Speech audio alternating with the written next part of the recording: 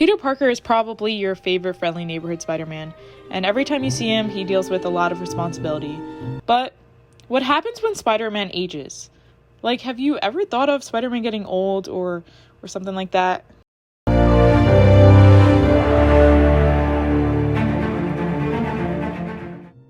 Chip Zdarsky actually explores this idea by writing an interesting take on the Spider-Man story, along with the visual expertise of Mark Bagley in Spider-Man Life Story.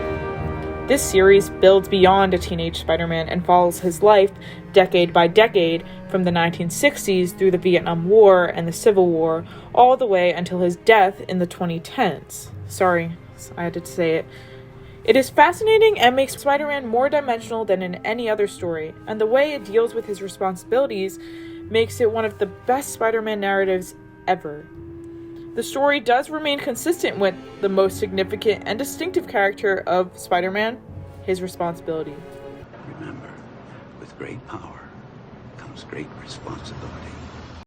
Before we jump into the nitty-gritty of the comic, I want you to keep in mind that this particular story allows Spider-Man to define his responsibilities throughout time, and exploring his story throughout maturing life stages successfully challenges his previous definitions of responsibility, and so he must force himself to redefine what his responsibility means to him in the particular context to strengthen his overall character as Spider-Man.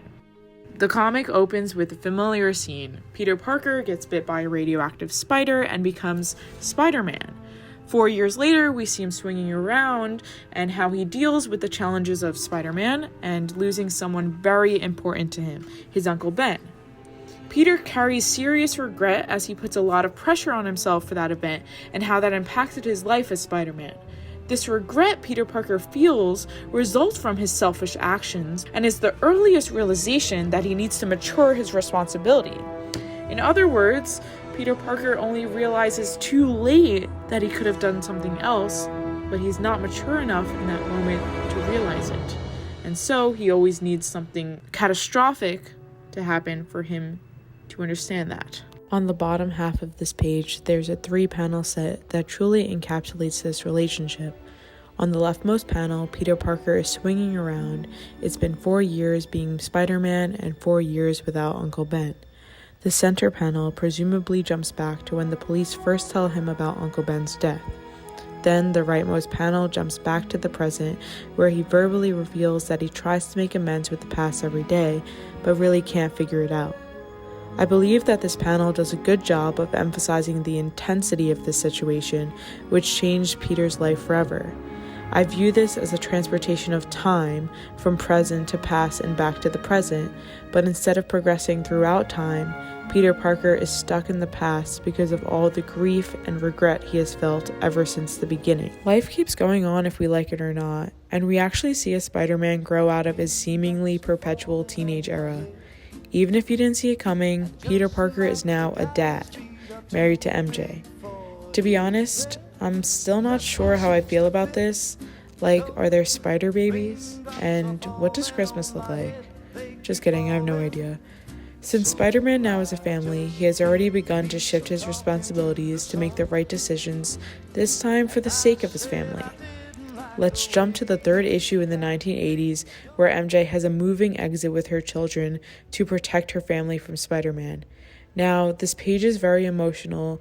Peter Parker's narration in itself is emotional, that he stresses how hard it is to do the right thing for the people he loves, but he always fails. I'll give it to him.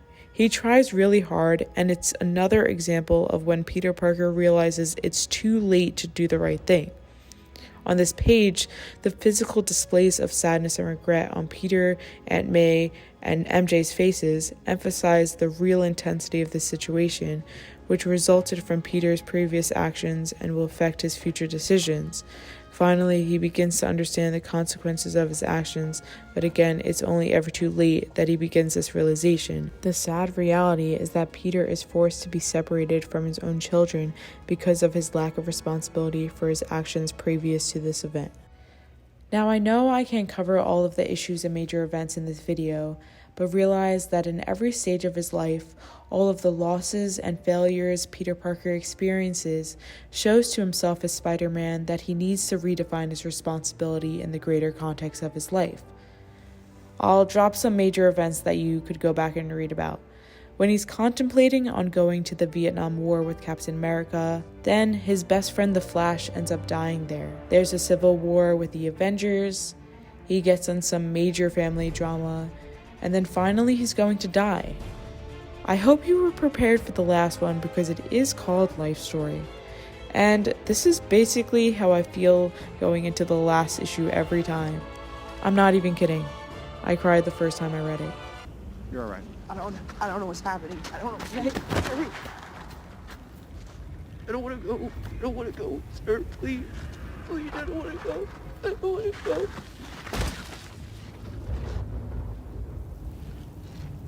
Sir.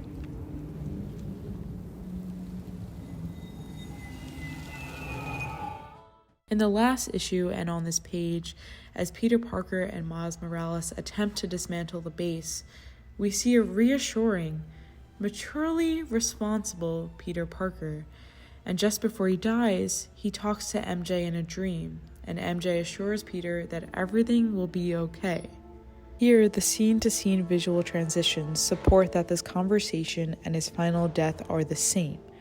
On the left page, while imagining MJ and his conversation, present-day Peter is physically struggling to hold up the base.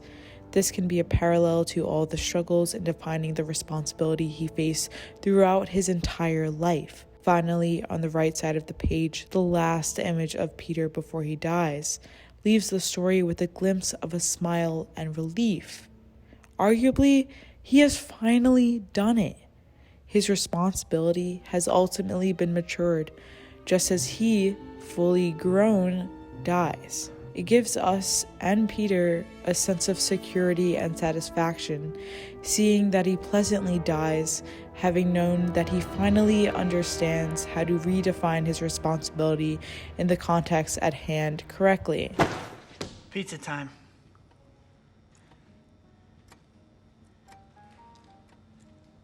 You're late. Although it literally took him his entire life to grow from his responsibilities in his egotistical adolescence to ultimately transform into a life mission, it certainly strengthens his character. Spider-Man fails so much in an attempt to define his responsibilities until he ultimately defines it in the context so much that he would be successful. This could not have been illustrated through a single period. It requires growth. And so, writing Spider-Man's story as a life story throughout time is positively successful. Without the failures he faces, he would have never seen that his responsibility needed to mature as he did. It is worth seeing him endure failure to mature his responsibilities for the better of his life. And, I think Spider-Man and Chip Zdarsky are super cool for this. Insane. Look at this thing. Look at the eyes. This is the greatest day of my life. Let's go. Okay. That's all I got for you today. I hope you enjoyed this video. Be sure to give it a thumbs up and subscribe to my channel. Peace out, guys.